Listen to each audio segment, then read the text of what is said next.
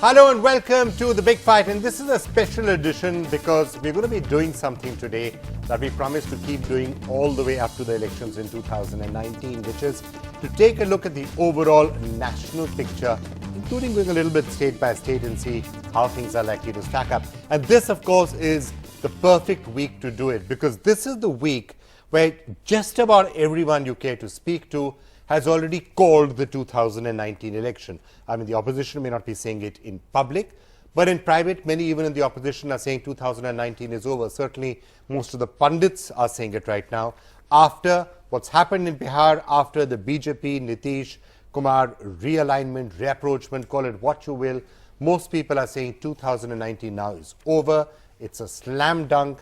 The NDA is going to win, the BJP is going to win individually, and the only question is what the winning margin is going to be. So today, we are going to take a look at that premise. May well be a correct premise, but we're going to take a look at it and see is it as sure shot as all of that. And then we will also just very quickly go down the list of all the parties that there are and all the states that they are looking at 2014 as the base point and see where are the balance or probabilities. Could the BJP be going up in some states, going down in some states? Which are the states that Amit Shah and others are going to be targeting in their mission 2019? And then, as I said, we'll try and repeat this exercise every 2 or 3 months as we build up towards 2019. And we've got a great panel of experts to help us understand and interpret all of this. Professor Yogendra Yadav, first of all, joining us, President Swaraj India. And Yogendra, we're going to get you to put on a lot of your psephological hat, and you know what's happening constituency by constituency in 2019. Aarti Jairath, it's always a pleasure to have you with us. Pawan Khera is joining us from the Congress Party. Not been one of your best weeks, but I'm sure I'm getting a little tired of saying that, and you're probably getting tired of hearing it. So yeah, another one of those weeks should not be one of your best weeks. Nalini Singh, thanks for joining us, a really senior journalist. Ashutosh, senior journalist turned politician, now of course a top leader of the Aam Aadmi Party, and we'll be getting you to also look ahead at what you think some of the possible scenarios could be. Devesh Thakur is joining us from the BJP, and we're being joined by KC Tyagi, who till last week had been introducing as a prominent opposition leader, not anymore. This time, of course, having just formed that government in Bihar with the BJP alliance. KC Tyagi, well, why don't I just start by throwing it to you before I start going state by state and overall situation. What has happened in Bihar and the coming together of Nitish Kumar and Narendra Modi, what do you think the big implications for national politics are? Bihar में लोकसभा चुनाव में Bharatiya Janata party plus ने अपने बलबूते पर 31 सीटों पर विजय प्राप्त की थी और 180 प्लस सीटों पर विधानसभा में वो आगे थे। जब महागठबंधन बना तो 3/4 के बहुमत से नीतीश कुमार के नेतृत्व वाला महागठबंधन जीता। तो बिहार में विधानसभा के लिए नीतीश कुमार और दिल्ली के लिए नरेंद्र मोदी, ऐसा करके मैसेज बिहार की जनता ने दिया था। और एक बड़ी कॉन्स्टिट्यूएंसी ऐसी थी जिसको नीतीश कुमार और नरेंद्र मोदी जी दोनों एक साथ रिप्रेजेंट करते थे, वो थी अति पिछड़ों की और महादलितों की। चूंकि लोकसभा के चुनाव के जब हमने परिणाम देखे और बूथ वाइज विश्लेषण किया तो जिन बूथों पर बीजेपी जीती थी लोकसभा चुनाव में, उन सारे बूथों पर जेडीयू के नेतृत्व वाला गठबंधन जीतता रहा, छोड़ करके माइनॉरिटी वोट को और कुछ हिस्सों की अपर कास्ट की वोट को छोड़ करके जो नॉन यादव बैकवर्ड थे और जो महादलित थे उसमें पासवान छोड़ करके लगभग एक जैसी कॉन्स्टिट्यूएंसी थी। और एक जो नरेंद्र मोदी जी का बयान था उसको हम लोग उस समय उनके खिलाफ थे। हम लोग मानते थे कि खाली अपर कास्ट की पार्टी के रिप्रेजेंटेटिव हैं, लेकिन उन्होंने आरा में कहा कि ये वो दिन चले गए जब ये अपर कास्ट के लोगों की पार्टी थी।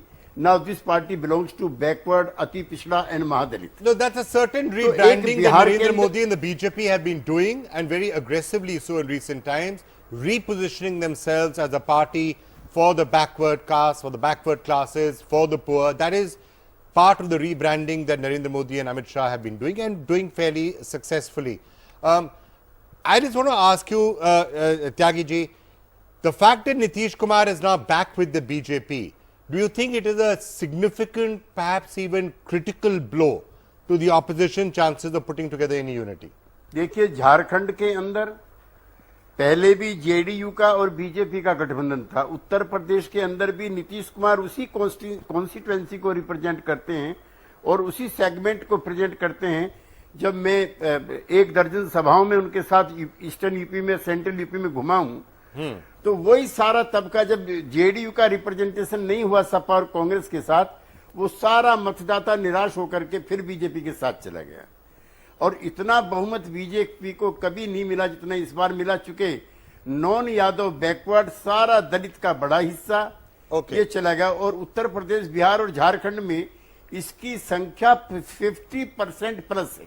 ठीक है, let's just look at the big picture for what this means for national politics now.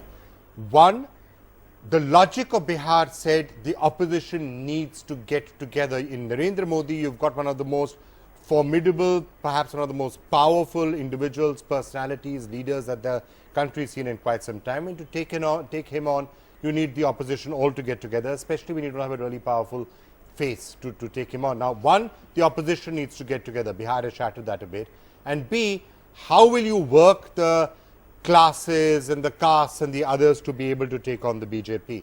The point of opposition unity has this week significantly, perhaps even permanently damaged them, but not permanently, certainly up to 2019, damaged the possibility of the opposition being able to get together. The idea that parliamentary opposition can come together to pose a formidable threat challenge to Mr. Modi and actually reverse the verdict, that has suffered serious setback. Not merely because of Bihar calculations. Bihar is 40 seats, and certainly Mr. Nitish Kumar joining Mr. Modi right now, and it seems this would continue at least till 2019, would make a difference of about 20 seats this way or that way. But I think, and then clearly Mr. Nitish Kumar does not enjoy any support outside Bihar. But that's not important. I think the real important thing is the possibility of a credible face, a credible leader. You see, what the opposition has lacked, the parliamentary opposition has lacked so far, is anyone who can take on Mr. Modi. And for the past few months, Mr. Nitish Kumar's name was being mentioned as someone who enjoys a relatively clean image, has some record of governance, and can be someone who can bring a lot of people together. That is what the opposition has lost, and that is a much bigger setback than the 20 seats they may have lost. Having done that, having said that, Vikram, I would simply reiterate one simple thing. In this business of understanding elections, trying to forecast, the one lesson I have learned is not to be too sanguine, not to be too sure too much in advance. You remember 2004? Yeah. In the run-up to the election, till the day of counting, everyone was sure that Mr. Vajpayee was coming back. You're right. No such thing as a sure shot.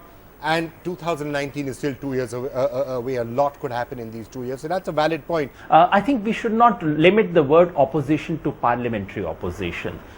We have seen the bankruptcy of parliamentary opposition in the last couple of years. On policy, on ideology, on resolve, on leadership, on everything. Parliamentary opposition is in tatters. But when we think of opposition, we should be willing to look beyond the parliamentary opposition. I look at what's happening to farmers right now in the country. That's where the real opposition is building up. This is outside the parliamentary opposition, but we must not lose sight of that.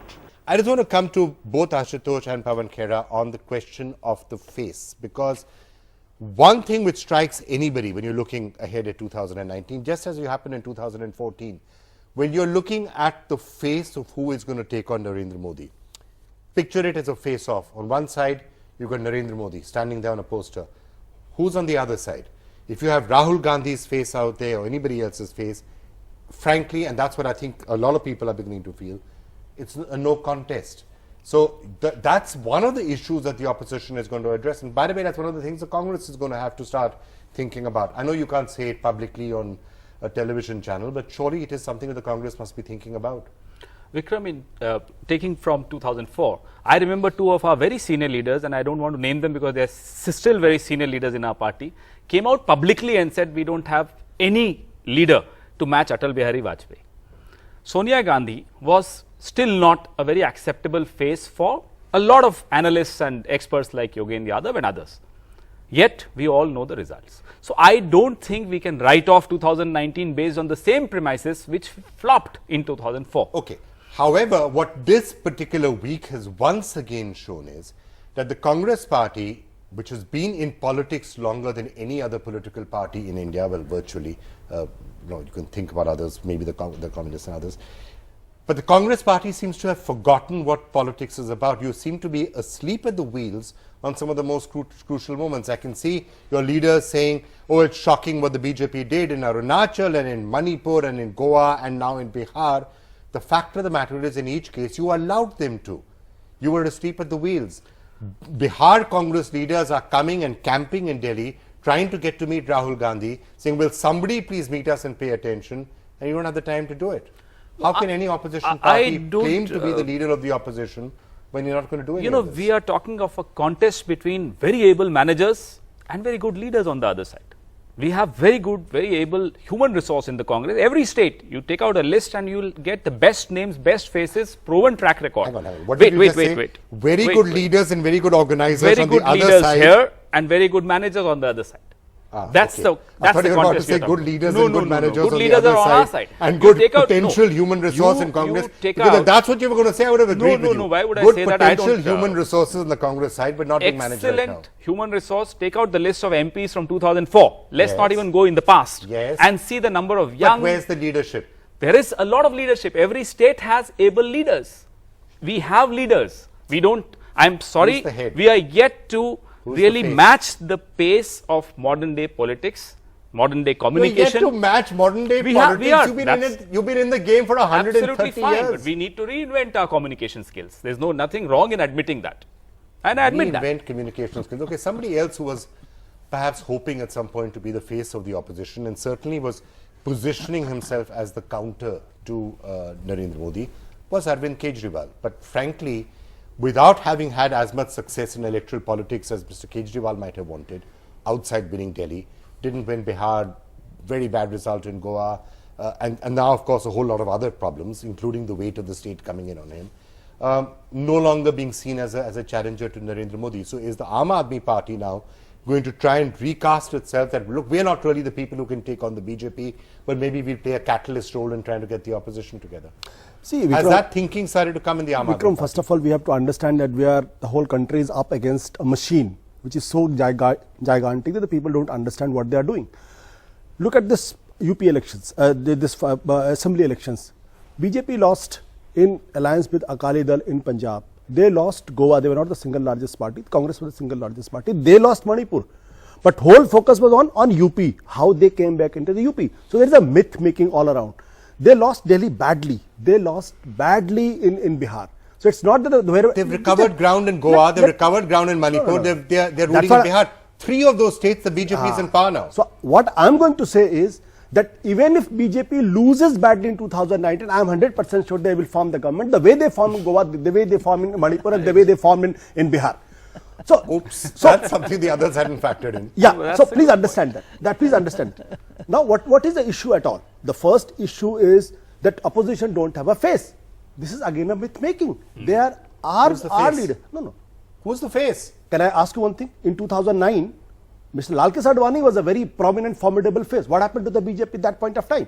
In 2004, there were Atal Bihari Vajpayee. What happened then? In 1996, Atal Bihari Vajpayee was again a big leader with Lal Krishna Advani. What happened then? So therefore, then the opposition should step forward in saying, we are not going to portray a face. We're going to come together, or we're going to say, okay, we're going to be fighting as an opposition. Forget about trying to put up a face to take on Narendra Modi.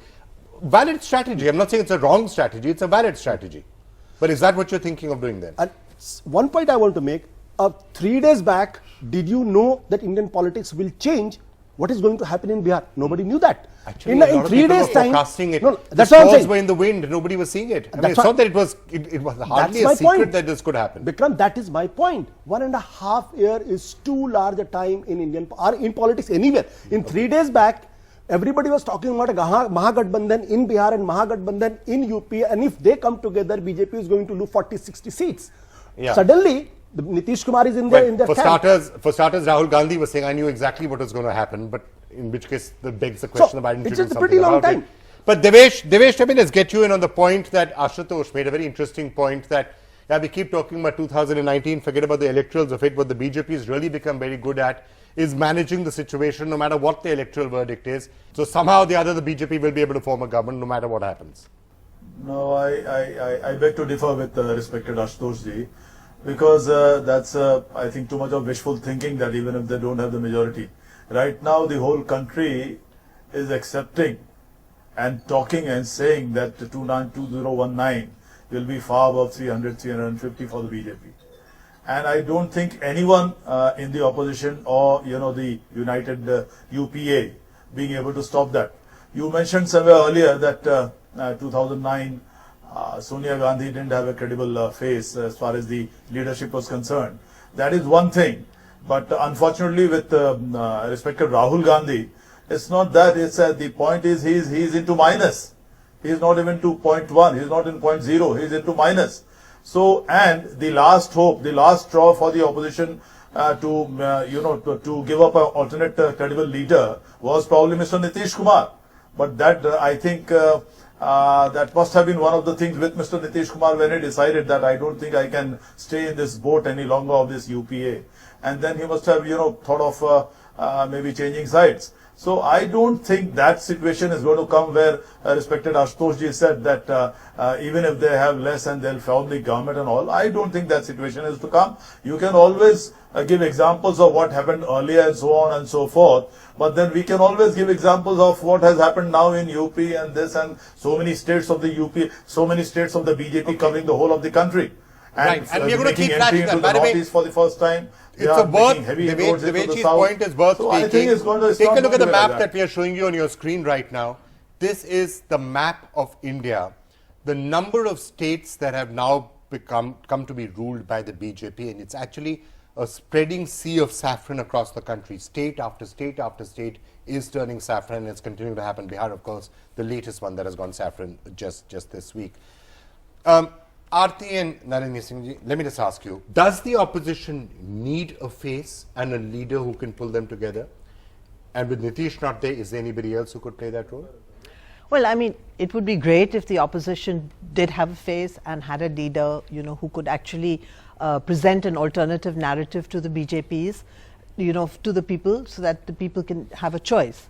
But if you look at elections historically in India, and I actually want to go even further back than 2004, I want to go to 1977, where we had a towering personality like Indira Gandhi, almost like Narendra Modi. I mean, she just dominated.